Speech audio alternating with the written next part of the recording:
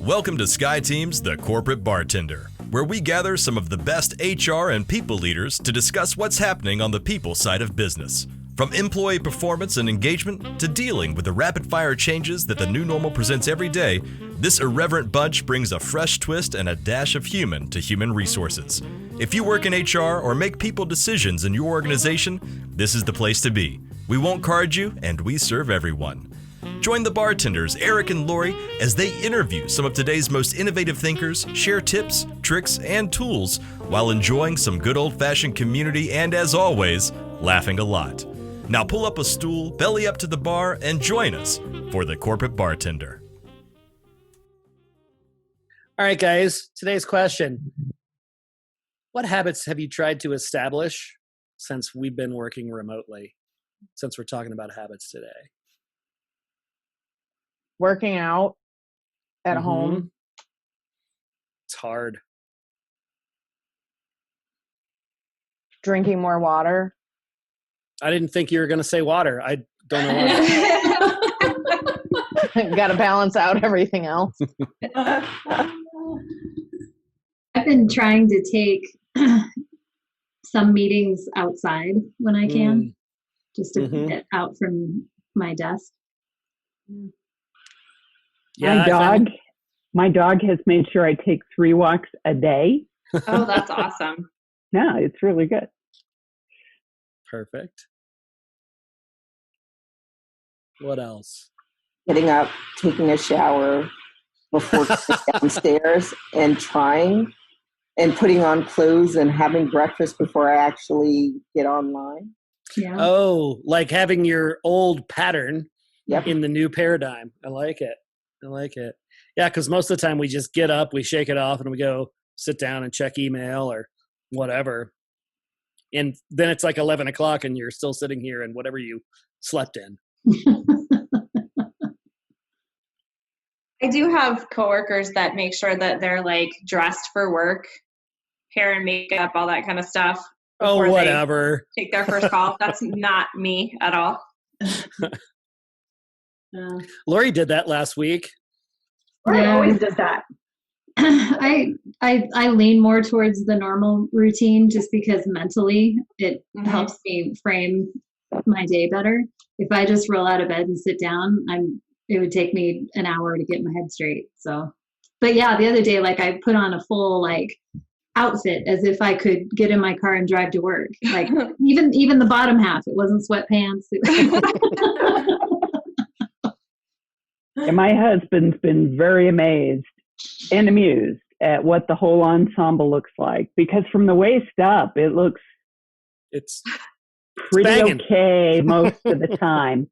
And then I stand up and he says, "You walk the dog wearing that?" He's like, neighbors will see you. My daughter said I had a t-shirt and jeans on one day, and my daughter said to me, "You look so fancy." I was like, Wow. that's really good. Our standards have dropped. That's funny. Clearly. Yeah, I mean, it's interesting. Like for me, if I wasn't traveling, well, this is how I worked, right? This is just kind of normal for me. Where it got weird for me, it was about 3 or 4 weeks in, and I hadn't been anywhere, and it was like, ugh. Mm-hmm. Yeah. So I try to find that happy medium. But habits, right? Trying to build in habits as things change or as things, sort of grind on is tough. And that's why I wanted to talk about tiny habits today. It's who here has heard about tiny habits or has read the book, or just hand up if you heard about it. Yeah. I know Yvonne's heard about it. We've done it for some of her people.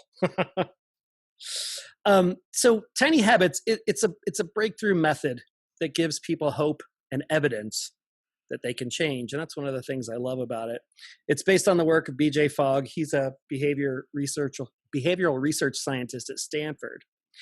And, when the coronavirus thing happened, my world got kind of blown up because I had been a pretty steady go to the gym person, like 6 days a week. And I started back in November, and I was pretty steady. If I wasn't on the road and I was home, I would go to the gym. And then all of a sudden in a day that stopped. I couldn't do that. And I was right in the middle of my Tiny Habits certification. So I thought, well, why don't I test it out? So I decided to attach a fitness habit to something that I was already doing a lot and still doing, washing my hands. You guys still washing your hands? Singing the happy birthday song twice? Right? Remember to get your thumbs in between your fingers. It's a really big deal. That's what they tell me on TV. So I decided to attach a fitness habit to washing my hands. Figured doing it a lot, so that would be a great anchor point. So I decided that every time I wash my hands, I was going to do 10 crunches. I got a fit ball that sits on the floor right there. So it's pretty accessible. I got to walk past it. And then I would celebrate my win. So to make my short story long here, I'm currently doing 25 crunches and 25 push-ups every time I hang up the towel after washing my hands. It's like magic. I mean, literally, it was like magic. I'm not doing much else productive in the physical fitness space, but every day, you wash your hands 5 or 6 times. That's a bunch of sit-ups and crunches and push-ups. So that's what I'm doing. That's awesome. Thanks. So we know from our work in emotional intelligence that emotions drive behavior, right? You guys are all curated HR pros. You know about emotional intelligence. Emotions are at the core of who we are, and they're largely responsible for why we do the things that we do.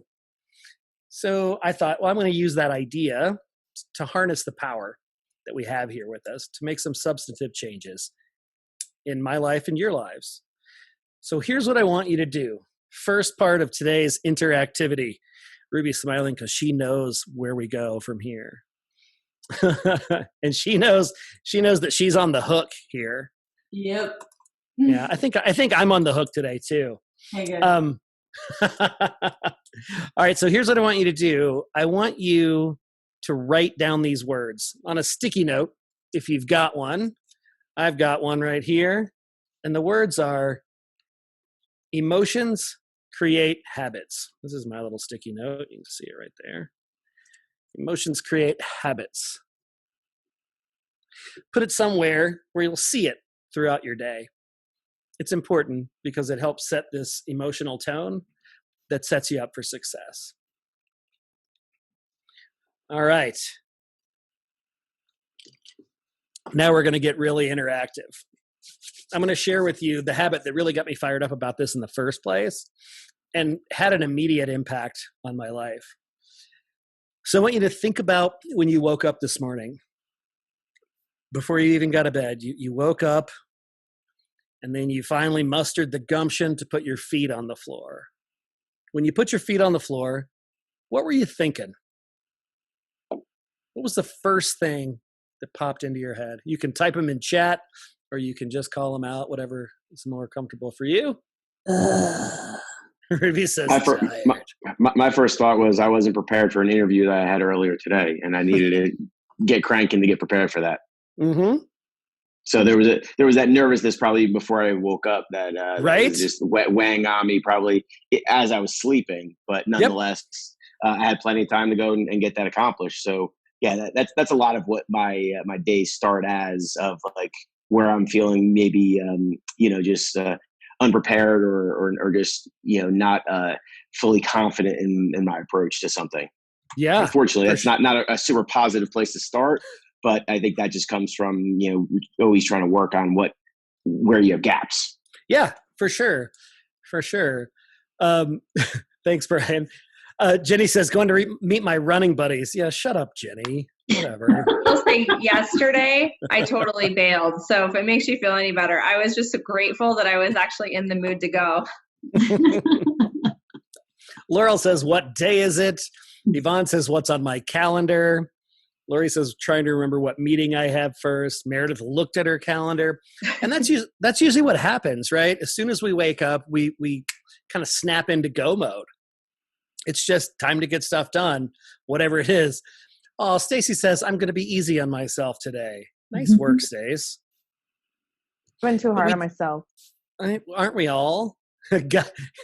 Gabby says, let's do this. What is this, Gabby? What is this that we're doing? Being alive, man.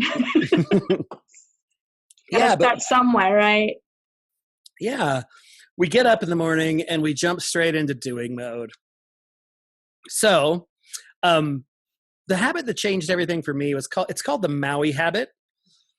And that picture on the screen there, that is imagine yourself on a Chase lounge in Maui looking up at the palm trees. And it's called the Maui habit because BJ Fogg spends about half his time in Hawaii. That's where he lives, but he works at Stanford, so he's got to bounce back and forth between two terrible places. Poor him. So the Maui habit works like this. As soon as your feet hit the floor, you say out loud, it's going to be a great day.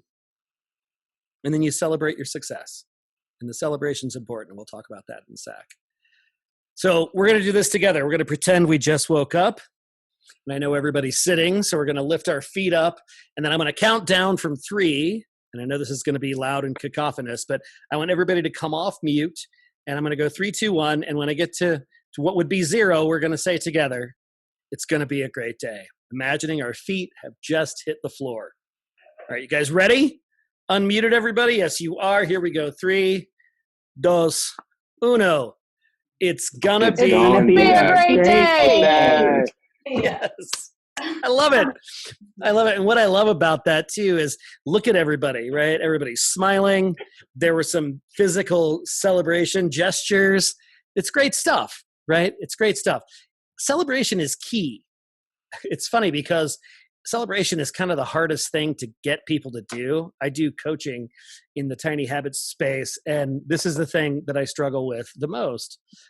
But celebrations are key because we just talked about it, right? Emotions create habits. Why else do you think celebrations might be important? If it's authentic, it gives you those good chemicals. Yeah, absolutely. What were you going to say, Laurel? It's so easy for so many of us to focus on the stuff we did wrong. Mm-hmm. You need to have that celebration to say, I'm not an idiot. Wow, we did something right. But your team needs that too. Hey, great job. Right. Absolutely. Finky, were you going to say something?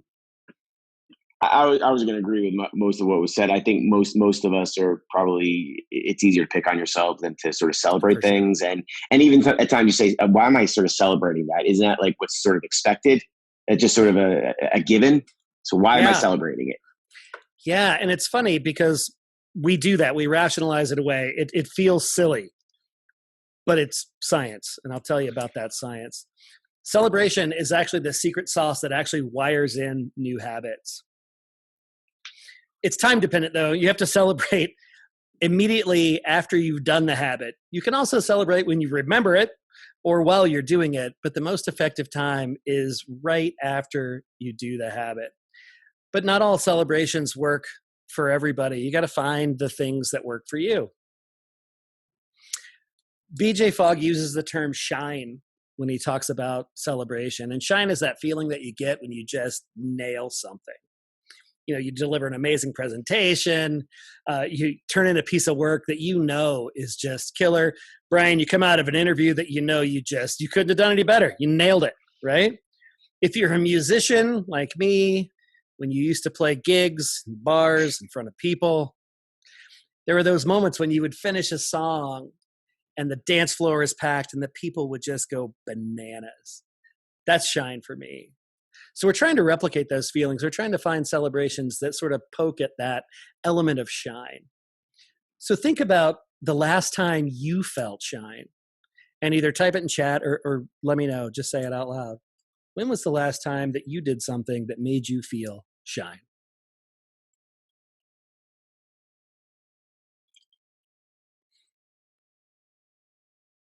Eric, I would say after our presentation yesterday, after we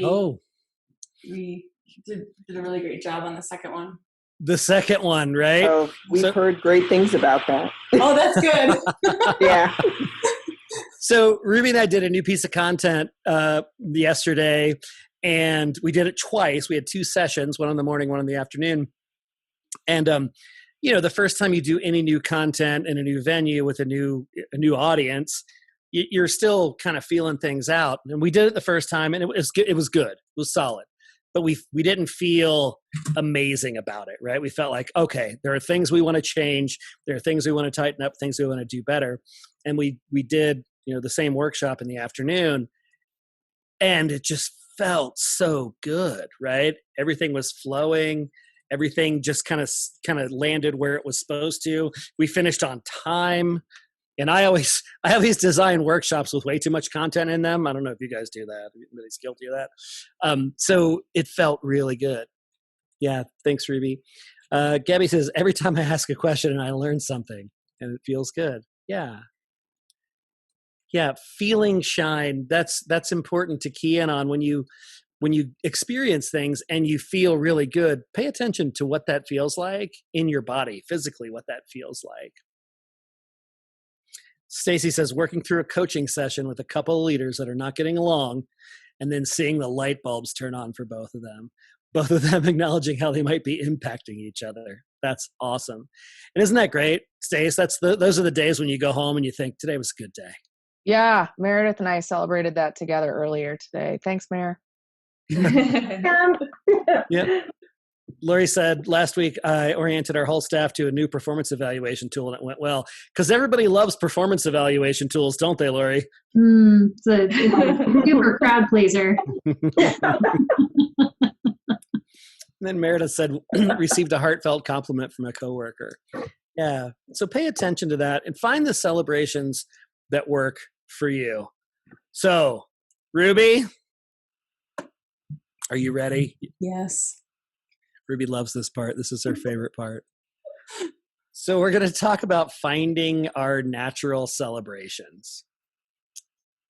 So I'm going to share a scenario for Miss Ruby. And then she is going to react and celebrate. You ready, Ruby? Yep. We're going to take some of the stress and strain off of doing things in front of people that feel weird and might look dumb. So we're all going to look dumb today. So just get okay with that. So we'll go first. Ruby, I want you to think about your beloved Packers in the Super Bowl, provided that we have a football season this year. They're in the Super Bowl, and it's been back and forth all game. And your Pack are down by 4 in the waning seconds, when Aaron Rodgers throws a strike to win the game as time expires. What do you do then? Well, I flip my beer and my popcorn, and then I go, yeah! It's a lot worse than that and a lot more obnoxious. I love the popcorn and beer flipping. Yeah. That's pretty awesome. All right, Ruby, it's my turn. All right, Eric. So you've just gotten an email from TED. Mm-hmm. They indicate they want to talk with you, but they don't say what it's about. Okay. When you get on the phone, you find out that they want you to speak not at TEDx, but in New York City. It must be next year. Yeah, 2022. So you just get off the phone. What do you do? So I hang up the phone, and I'm probably in a little bit of shock. So I'm going to sit there for a second. And then I'm probably just going to go, yes. Very Napoleon Dynamite-esque. Yes. So you find the celebration that works for you because it's what wires in the new habits. It's what changes your behavior. It's that little neurochemical drip that happens. Lori said it gives you the good chemicals, right? It's the dopamine. It's the chemicals your brain creates and not the ones you buy behind 7-Eleven. Different. So intentionally celebrating even things that seem insignificant, like Brian was saying, isn't that what's expected of me? Why do I need to celebrate that? Even celebrating those things make a difference because your brain doesn't know the difference. Your brain feels the celebration and it drives you back to wanting to feel that way again. And that's why celebrations are key. So finding natural celebrations are important. So we're gonna do a little celebration smackdown right now. You guys up for doing a smackdown? All right, so here's what we're gonna do. Round one, we're gonna do 3 rounds. Round one, I'm gonna call on 2 people. So get ready. And when I call on you, I want to see a physical gesture only. Right? So just show me what celebration looks like to you. No noise, no mouth hole, just body. Physical celebration only. All right? So I'm going to go with Meredith Wheeler. What does celebration look? No noise. I figured it'd be hard for you. Put yourself on mute. Yeah. That's perfect. That's perfect. You can use technology to help you. Yeah. All right. All right. Finky, what does celebration look like? You just nailed something. What do you do? Gesture-wise. Fist pump. Solid move. Solid move. All right. I'm going to pick one person to give me words only. No physical gestures. You're going to have to sit on your hands. So, words only. And I'm going to go with Lori. Words only. Boosh. That's hilarious. Which is a Ruby word, just so everybody knows. When we do jigsaw puzzles, because we're in puzzle club, because that's how not nerdy we are. When Ruby gets a puzzle piece to go in, she drops it in and raises her hands and goes, boosh. It's pretty cool. All right, round 3. I want to see it all together. Noise and physical gestures. 2 people. Gabby, you're first. Oh, you're muted, Gabby. We missed it. You're going to have to unmute. Oh, God. Be careful. It didn't even pick it up. She overdrove her mic. Overdrove her. Yeah. Because Gabby can yell and you can hear it 4 miles away. Awesome. All right. Last but not least, Jenny Levy, put it together. Audio and video. What does it look like to celebrate? Hell yes. Hell yes. Absolutely. Celebrations don't have to be hard. They can be easy. They can be just about anything. You know, you can say yes. You can clap for yourself. You can smile. Hum an upbeat tune, right? Theme from Rocky, right? Do a little dance. Give yourself a thumbs up. Make your arm V. Imagine the roar of the crowd. Anything to help click that little dopamine habit, right? Awesome. Hey, Eric. Yes, Ruby. I just had a quick question. So one thing I do is give myself stickers after exercise because I'm 5. But does that count? You have like a calendar, right? Yeah, I literally give myself stickers because it's rewarding. Would that count as a celebration, or does that give the dopamine hit, you think? So I would say it's time dependent, right?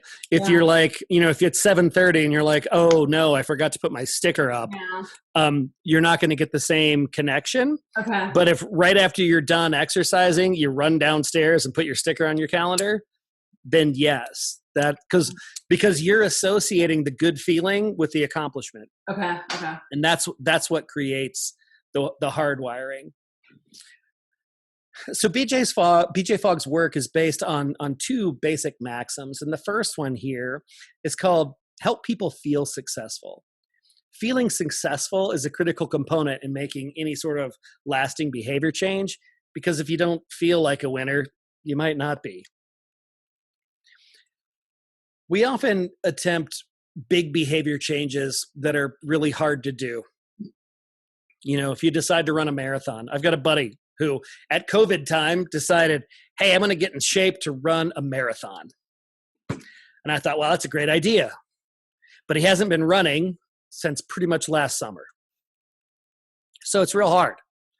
And after a couple attempts to train, trying to get up early before work and get outside, and this was back in March when it started and it was cold. And, a couple of times trying to get out there, it was tough. So his motivation was low. Our shots are much better at getting things to stick when the thing that we're trying to do is easy. and we're motivated to do it. Tiny Habits is based on what's called the FOG behavioral model, and that's B equals MAP. Behavior happens when motivation, ability, and a prompt come together at the same time. We're more apt at changing our behavior when we don't have to rely on motivation or willpower, because willpower just doesn't cut it. It doesn't work for long-term change. You can use it to plow through a one-time thing. You can tough it out just to get through something. But when you're trying to create new patterns, we have to make the behaviors that are something that are easy to do and something that we already want to do. Because if we're struggling with making a new habit stick, we have a choice, right? We can make the thing either easier to do, or we have to be really honest with ourselves about how much we want to do it. So let's take a look at the model graphically. So again, FOG behavior model states that behavior change is a combination of motivation, ability, and a prompt. Motivation's just what it sounds like. How motivated are we to actually do the thing we want to do? You know, we say we want to floss our teeth twice a day, but do we really? Who really wants to floss their teeth twice a day? And then the other axis is ability. How easy or hard is it to do the thing? If you want to become a scuba diver, but you don't have access to a pool or any water, it's going to be kind of tough. And then lastly, prompts. What are the anchors to which we can attach the new behaviors? This isn't about writing sticky notes or putting reminders in your phone. Those are great for one-time things, but for lasting change, our best bet is to get prompted by doing behaviors that are attached to something that we're already doing. That's secret number 2. So when the action's easy and we're motivated to do it, prompts trigger those behaviors, right? So if the action is relatively easy and our motivation is relatively high, whatever we attach it to will probably make that behavior happen. You know, in my example, I was going to do my crunches after I washed my hands, right? It's pretty easy. I was pretty motivated because my gym had just gotten taken away from me. So I thought I could make that happen. And it worked. When the thing is harder to do and our motivation is lower, that's tough. It may not work. And if it doesn't work, there are a couple of things we can do. There are a couple of places where we get stuck as well. When our motivation is really high, but the thing is really hard, that's tough. Like my buddy who wanted to run a marathon. He was really into it, but it was really hard. So after 2 or 3 times trying to do the training, he started attaching the negative feeling to the thing that he was trying to do. And that was tough. The other place we get stuck is when the thing is really easy to do, but our motivation is low. It's really easy for me to not have a cocktail at the end of every day. Not every day, but most days. Okay, mostly every day. It's really easy for me to not do that. But my motivation to do that is really low right now. And when that happens, we get annoyed with ourselves. We get angry because it's tough. So, with that said, tiny habits can change your world. FOG maxim number 2, we mentioned it here in the behavior model. Help people do what they already want to do. Help people do what they already want to do. You know, if you think about, let's go back in time a year, and let's go back to December 31st, 2018. So what do people do on New Year's Eve? Besides get hammered, what do they do? Nothing. Resolutions. Yes. Everybody says, all right, this is my year, and this is what's going to happen. So I mentioned gym guy, love the gym, love the feeling, the being around the people, doing the stuff. Who here goes to the gym? You can all raise your hand if you want to. We're an inclusive bunch here. Who here has been to the gym in January? What's the gym like in January? Jam-packed. A shit show. A shit show, says the person who works at the gym. So what's the gym like come, I don't know, say March? I can find a parking place. Yes, it's pretty much back to normal. Mm-hmm. So everybody was pretty well intentioned, right? They had just eaten and drank their way through the holidays. Maybe they had their annual checkup and their doctor said, bud, you should drop a few. It was the right thing to do. And for a moment, we were motivated. But then we started doing it, and it was hard. And people drop out. They rationalize it away. I'll go tomorrow. I'll get up a little bit later. I'll double my workout tomorrow. How does that go? That does not work, right? So Tiny Habits gives us a framework to actually play with the goals that we're trying to accomplish. Maybe the thing we're trying to do is too big. Maybe we need to chunk it down. So let me break down the Tiny Habits method for you. The Tiny Habits method is comprised of 3 components. One is the anchor moment, right? Anchor moment, tiny behavior, instant celebration, ABC. Super easy. Anchor moment is something that you already do, something from your existing routine that can serve as a prompt, and something that's consistent. And I know that, in work from home land, our normal patterns got totally busted up. But there are still things that we do all the time, right? We eat, we get out of bed, we go to bed, we wash our hands, we sometimes clean ourselves, whatever, right? There are things that we do pretty regularly, even though our routines aren't what they used to be. So that's what we're looking to attach this new behavior to, something that we already do pretty consistently. Tiny behavior. This is something that takes 30 seconds or less to complete. And this is really important because, again, we want to feel successful.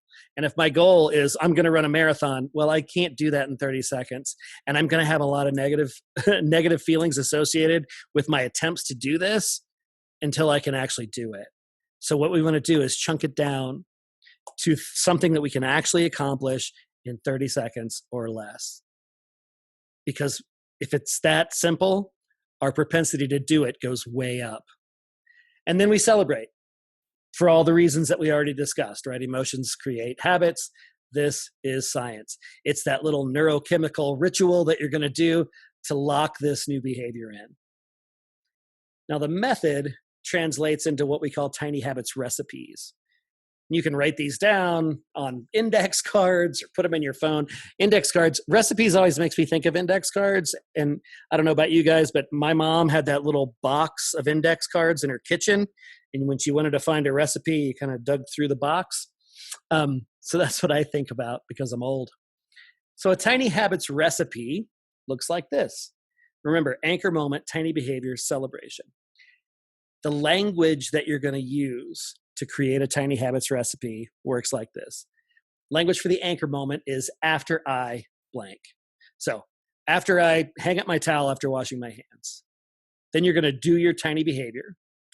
I will blank. I will do 25 crunches on the football and 25 push-ups. Now it's interesting. So for me, it's a compound habit because it takes a little more than 30 seconds to do both of those things. And essentially what I've done is I've attached the push-ups to the crunches habit because the crunches habit is pretty automatic for me right now. We measure the success of a habit by what we call automaticity, how automatic it becomes. Because once the habit becomes automatic, you don't have to do the celebration, right? Because you'll just be doing it. Just like all the bad things in your life that you automatically do. And then your celebration is actually what you're going to do, right? So my Tiny Habits recipe in the very beginning was after I wash my hands, I'm going to do 10 crunches on the football. Then I'm going to jump back up, do a fist pump and say, yes. Anchor moment, tiny behavior, celebration. What questions? Yeah. What questions do you have about the Tiny Habits method or the recipes? So I have a question about the tiny behavior. Mm-hmm. Does this work if I say, right, after I anchor moment, I will not do something that is a habit that I'm trying to stop? Actually, no. It can be successful, but it's not. It doesn't really work that way. So when we're trying to people say break a habit. We don't use the word break because it's a negative word. We call it untangle. So when you're trying to untangle a habit, there are a few things you can do. I mean, you can essentially willpower yourself through it, right? Some things you could just do that, right? You can say, I'm not doing that anymore. And you don't. I know people that have quit stuff cold turkey that I couldn't do, right? It depends on how you're wired. The easiest way to untangle a habit is to find a replacement behavior. Right. So that's what you're going to attach to the anchor moment. So find the anchor that you already attached to the negative behavior, the thing that you don't want to do. And what are you going to replace it with? So for me, I hang up after my last Zoom call of the day and I immediately go to the kitchen to make a cocktail. Maybe I ought to make some tea instead. That's my tiny behavior change. Cool. Thank you. It's kind of that thought of redirecting your thoughts, right? Instead of like, I don't know, with your kids, like, okay, if you're stuck in this, then just look the other way and kind of redirecting what you're thinking to something else. Yeah. So the stickiness here is around attaching it to a thing and then doing a thing, right? Because redirecting your thoughts is an entirely mental exercise, which works for some people. But if you're looking to replace a habit, if you want to drink more water and less coffee, right, then you have to build the habit of drinking the water kind of separately from, right, and finding the correlates that work for you. That make sense? Yep. Awesome. So all right. Spence, So you bring one question. So you bring people into the fold on this, like, so you tell others, loved ones, or people that would hold you accountable towards these things, so that when you do slip, they're calling you out. Dude, accountability buddies are awesome in this context. Awesome in this context because they prevent you from rationalizing stuff away. We were doing this content with a client based in the Philippines, and one of the guys in the program, one of the guys in HR who was helping orchestrate the program, he decided to do a push-up habit, and we did, I don't know, like 10 sessions over a couple of weeks with this company. So he had the opportunity to weigh in a lot, and I got to ask him how he was doing, and his story was because his wife could hear him when he was doing his work, and she knew what his anchor moment was, and if he didn't do his push-ups, she would come in and go, dude, really? Right? You're on the call telling people you're doing this. You got to do it, right? So accountability buddies are absolutely amazing in this context, for sure. All right, it's time for you to do you. So here's what I want you guys to do. I want you to pick a habit that you want to establish, and I'm going to give you 3 minutes to write down a tiny habits recipe. So after I blank, I will blank. And to wire this habit into my brain, I will immediately blank. Questions on what I'm asking you guys to do? Stacy's already writing. That's awesome. All right, I'm going to give you 3 minutes, and then we're going to come back and talk about your tiny habits recipes.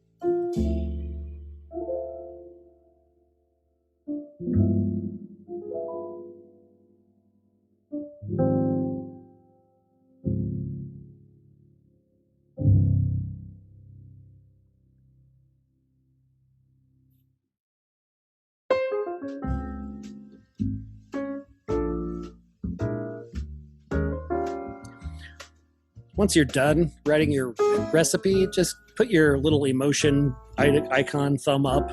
Let me know that you're done. All right, Meredith's done. Ruby's done.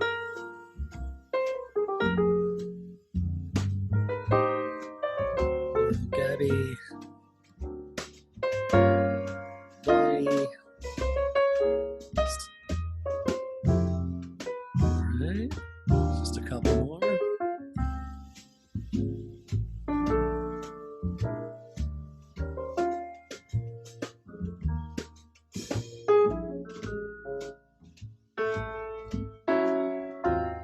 think he's done. Lady, you done? You still thinking? She's looking for the icon. You see reactions down on the bottom of your screen. Oh, I love it. I love it. All right. So take a look at your habit. How do you feel about it? Feel pretty good? Mm-hmm. Pretty good? Right on. All right. So here's what I would say. If you find that this habit isn't working, we have a couple of options. There are two things we can do. The first thing we can do is we can make it tinier. So let's go back to our running a marathon example, right? Couch to Boston is a tough row to hoe. So how about making it tinier? We're going to hit that marathon goal here with our shrink ray from 1957. Do you like my shrink ray? I love my shrink ray. So we're going to hit that with the shrink ray. So now it's couch to 5K, couch to run around the block. That's a little more like it. Maybe that's something we can get ourselves to do. So when you're thinking about your habit, you want to make it a habit, something that you already want to do. And the question that you should ask yourself is this something I can get myself to do? Not, is this something I can do? Not, is this something I should do? Shoulds are the worst things to do when setting up tiny habits, because things that we should do, we don't often want to do. And remember, doing something that we already want to do is a fog maxim. So we're going to chunk it down to a tinier version of the thing that we want to do. So what if the tinier version doesn't work, right? What if I can't even get myself to run around the block? Okay, we're going to chunk it down again. One more zap with the shrink ray, and we're going to chunk it down to what we call a starter step. And what is a starter step? It's exactly what it sounds like. So now we're going to go from couch to around the block to couch to shoes on. Because the simple act of getting your running shoes on after you put your toothbrush back in the charger and humming the theme song to Rocky or We Are the Champions or whatever, it's going to significantly improve your chances of actually getting out the door and running. Chunking things down into smaller bits, celebrating your victories will make you feel successful. So this, Brian, going back to your comment, right? I'm going to celebrate putting my freaking shoes on. Yeah, yes, you are. Yes, you are. Because we want to associate the feeling of success with this thing that we're trying to do, right? Getting my shoes on makes me closer to being a runner and getting out the door. So, first thing we can do to alter a tiny habits recipe is make it tinier. We can break it down into a tinier version or into a starter step. The second thing we can do is we can take a look at our anchor moments. We call this the trailing edge. Sometimes the anchor moment that we choose is too broad, right? Like saying, when I come home from work, that's going to be my anchor moment. I do it consistently, happens every day, but maybe it's a little too loose, right? Because maybe some days you come in through the front door, and some days you come in through the garage, some days you come in through the backyard, some days you ride with a friend, and some days you drive, and some days you ride your bike. It's not consistent enough. So we look for the trailing edge, the specific action, the last thing you do in the collection of activities that comprise coming home from work. So like for me, back in the days when I used to go places, when I came home, the trailing edge behavior that signified the end of that sequence of activity was taking my backpack off and putting it in the chair in my dining room. That means I'm no longer coming home from work. I am now home from work. When I brush my teeth, maybe a little loose. Maybe it's when I put my toothbrush back in the cup or back on the charger. Very specific. So for my crunches on the Fitball habit, I started with after I wash my hands, but I found out that didn't work for me because sometimes I wash my hands in the bathroom that's right there, and sometimes in my bedroom, and sometimes downstairs, and sometimes in the kitchen, and sometimes all the way in the basement. And man, I was not coming up 2 flights of stairs to do crunches and push-ups if I washed my hands in the basement. So I changed my anchor moment to after I hang up my towel, because that clicked for me. And it actually changed my decision point as to where I was going to wash my hands.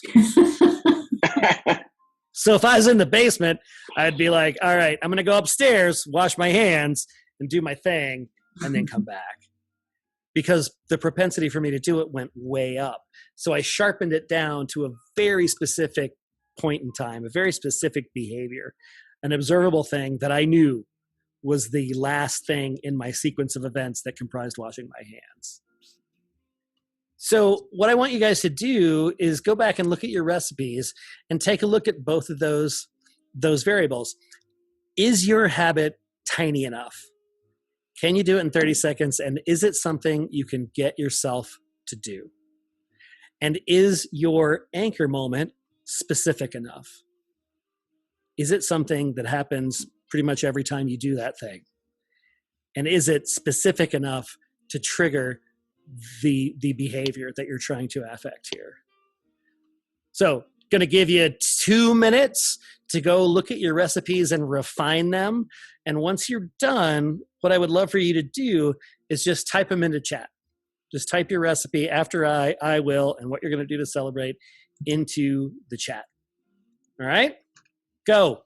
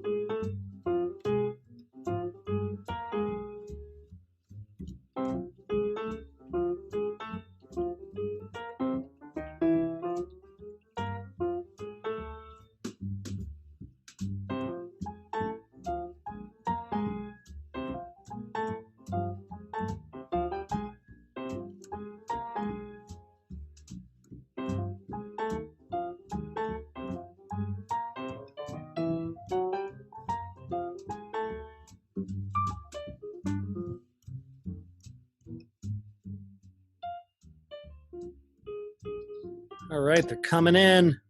You guys are awesome.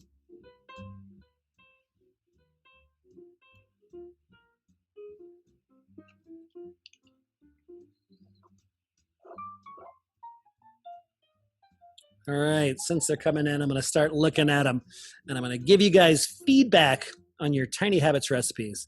So Yvonne came in first. She said, before I put on my pajamas at night, I will do sit-ups to the entire Hamilton opening song, and then I will fist pump on the last measure of the song.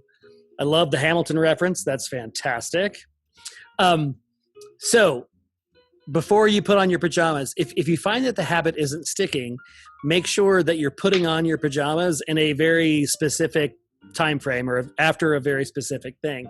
My question as your Tiny Habits coach, first question would be, what's the last thing you do before you would go put on your pajamas? And then make that the anchor, because that's the thing that you're doing versus the thing that you're anticipating doing, if that makes sense. So it's usually at 9 o'clock, I get up off of the couch and I go upstairs to put on my pajamas, and that's when I do it. So that's the anchor. When my feet hit the floor after I get up off the couch, very specific, right? Because you've decided I'm going to bed, right? This is, the day is over. So I'm actually making my way towards the bedroom. That's the anchor. That's the trailing edge behavior. And the other advice I would give you on the tidy behavior is the Hamilton opening song is something that lasts longer than 30 seconds. So if you find that it's not working, then chunk it down to, I'm going to do my toothbrush, I'm going to do my sit-ups when I push the button to start the Hamilton song, right? So then you could say, starting the Hamilton song is your cue to do the push-up, the sit-ups. And then your fist bump. That's awesome. It started as me working out for 30 minutes. So 3.5 minutes doing sit-ups is like totally a win. Yeah. And so that you can make the tiny habit not the actuality of doing the sit-ups, but getting on the floor, right? So your tiny habit is getting in position. So when I put my feet on the floor, that's my anchor moment to go upstairs. Then the tiny behavior is I'm going to, roll out my mat and lay down or whatever you do, that's the behavior. Because if you roll out your mat and lay on the floor, the chances of you doing the sit-ups going to happen way more frequently than you going, okay, I'm going to exercise 30 minutes before I go to bed, because come on, who's going to do that, right? Awesome. Thank you, Yvonne. Jenny says, after I put my toothbrush on the charger, I will stretch for 30 seconds and celebrate with the Rocky Balboa pose. Like you just climbed those steps in Philly. I love it. So toothbrush on the charger, very specific. Stretch for 30 seconds, something you can do in that time frame, and a specific celebration. Love it.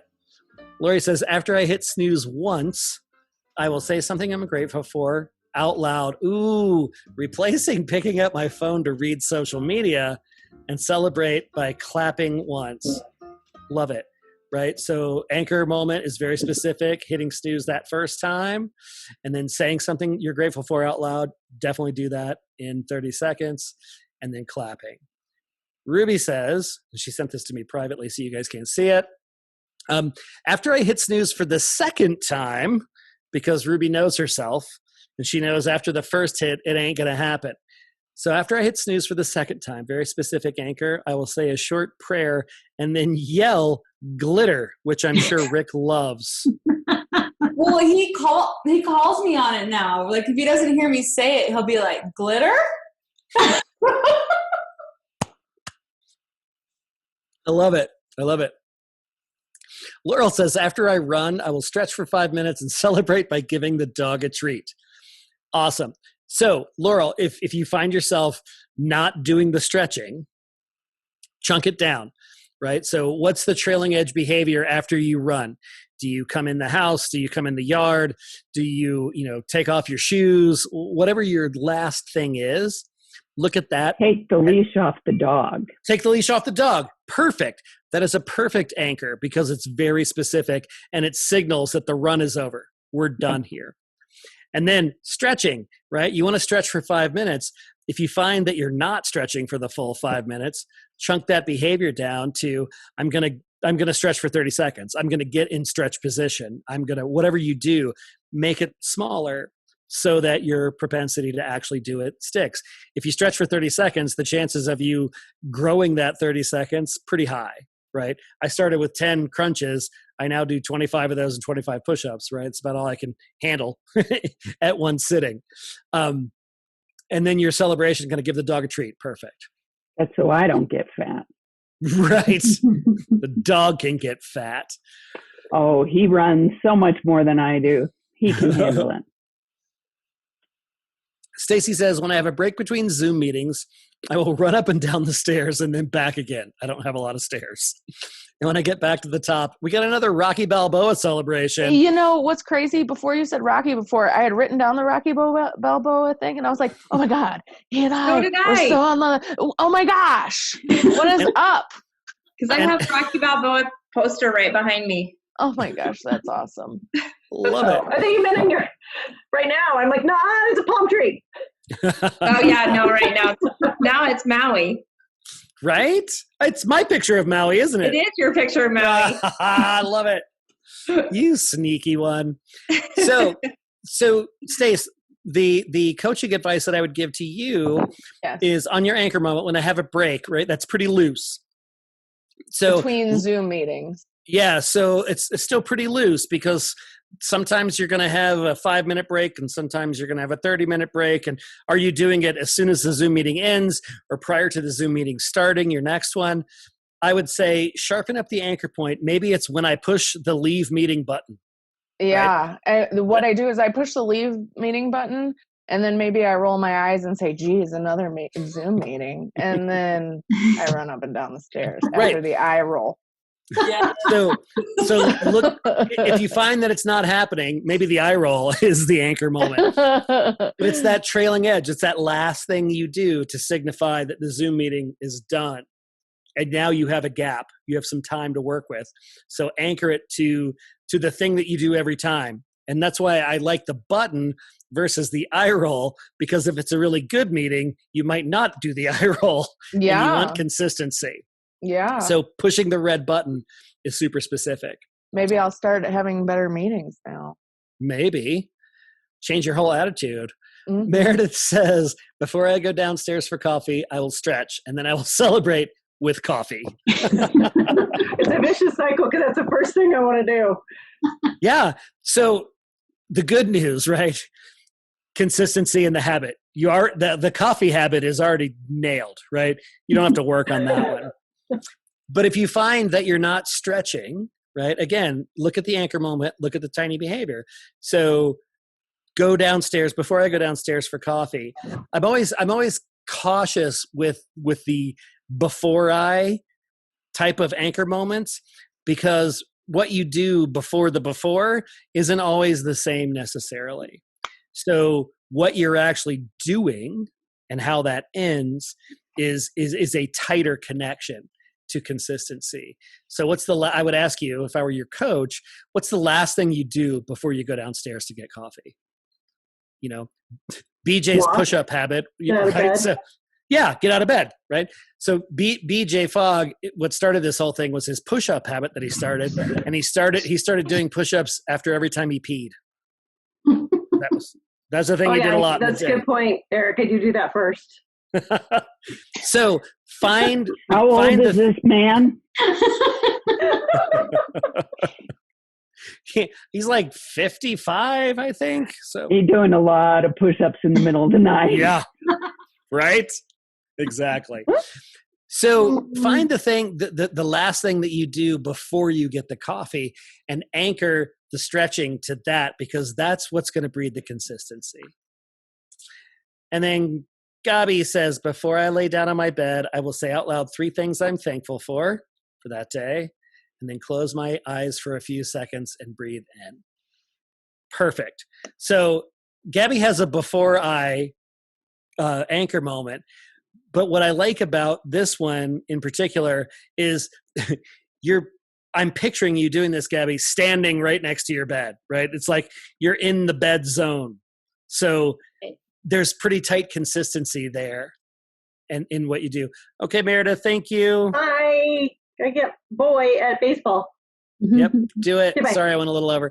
So yeah. With that one, I started with 10, and to your point, for the last 40 minutes, it was too much for me to find 10 and think about 10. And so I was like, okay, what if I just pick 3? And it's been tinier, and I'm not doing it consistently because it's not a habit yet, but it's better than the big one. And if 3 doesn't work, make it 1. Because you can definitely do that. And once 1 becomes a habit, adding to that habit is way easier than trying to establish a habit of doing 10. That's the magic in this simple, not rocket science formula, right? That's the magic. All right. Finky says, after I lie down to go to bed, very specific anchor moment, right? He's just laid down, pulled the covers up, he's in bed. I won't look at my email or my phone. So he's got an antithesis behavior here. I kind of love this. And I will celebrate with a thankful moment for my day. Love it. So Finky, if this doesn't work, you can swap out the I won't look for emails to I will be thankful. I will say one thing that I'm thankful for the day, right? And then celebrate by smiling or whatever. Because negative habits are hard to build, right? So saying after I do a thing, I won't do something, a little bit harder than saying after I do something, I'll do something. If you know what I mean. Makes sense. Yeah, for sure. And if you end up having to swap it, I mean, this may work for you because that's how life works. But if it doesn't, swap it with the thankfulness, the grateful piece, and then celebrating in some way, because chances are, once you're in that space, your propensity to pick up your phone is going to be way lower. True. Right? Because you don't want to pick up your phone and see any negative shit after you've got yourself in a good spot before you want to go to bed. That would never happen, right? Awesome. Guys, thank you. Thank you so much for doing that. When I close out this workshop, I did this slide because I miss restaurants. And when you say check please, you're signaling the end of the meal and this is signaling the end of our time together today. So just a couple of things to think about as you head back out. Behavior change is a skill. We don't often think about it like being a skill, but it is. It's like getting better at free throws or your golf swing or whatever, learning an instrument. You have to practice. And you gotta be easy on yourself, because here's what I can promise you. You're not gonna do it right all the time. And that's okay. The cool thing about Tiny Habits is it's an iterative process. You're supposed to play with it, right? You make your behaviors tinier. You make your anchor moments more specific. You find the thing that works for you. You settle into that. If it's not working, try those things. Just put on your shoes. For long-term change, simplicity beats motivation all day, every day. You can't motivate yourself to do something that's too hard or you don't want to do. You can make it easier and feel successful, because we change better when we feel better. That's a thing that BJ says that I love. The Maui Habit sets you up for a better day when your feet hit the floor in the morning. Just try it. Today's going to be a great day. And look, I know some days suck, and some days we know we've got too many things to do on our calendar. And we get up and we go, ugh. And so it was funny because I actually asked BJ about that. I said, so what do you do on a day that you know is going to suck? He said, I still do the Maui Habit. I get up, I put my feet on the floor, and I say, today's going to be a great day. Somehow. And I thought, wow, that's awesome. And then remember, Tiny Habits is super easy. ABC, anchor moment, tiny behavior, celebration. Easy to do. Awesome. Laurel just chatted in. It might be Michael Jordan who said, don't do it until you always do it right. Do it until you can't do it wrong. Ooh, I like that. I like that. That's pretty awesome. All right, guys, got some quick funny stuff for you, and then I'm going to send you on your way, because I was so busy jacking around with the voiceover video that I did this at the very last minute. So, funny thing number one, knowing there's a banana in my desk drawer at work, which has been there since a week before lockdown, is making me feel anxious. That's hilarious. If my kids ever tell me they're bored, I'm going to hit them back with, back in 2020. Funny thing number three, this is the first year I'm not going to Fiji because of COVID-19. Normally, I don't go because I'm poor. Yes. If my life is going to continually be this much of a disaster, I'm going to need The Rock to make an appearance at some point. And my favorite funny thing today, I was going to run an 8K this morning, but I ended up baking muffins and making bagels and drinking. And we all know I've made the correct decision. And I ran myself so close to the wire today. Today's semi-quarantine cocktail is the Boozer. It's generic booze. That's such a bad sign. Oh. When you're drinking generic booze, yeah, your trash man's going to leave a note for you on the recycling. A pamphlet from AA. Right. Guys, thank you so much for hanging out with me and allowing me to share that with you. I was super excited about it. Love you guys. If anybody has questions, to know. It's nice to know that you moved this to an hour and you still can't fit it in the time frame. That's me. Welcome to my world, Laurel. I'll hang around for a couple of minutes. Thanks, buddy. I'll hang around for a couple of minutes if anybody has questions or anything. So thanks, guys. Thank you so much. Thank you so much for joining us today. If you had a good time and learned a thing or two at today's happy hour, please share it with your friends. If you want to join our tribe, head on over to skyeteam.cloud/TCB or email us at info@skyeteam.com. That's SKYE team.com. Thanks again, and remember, you've always got friends at the Corporate Bartender.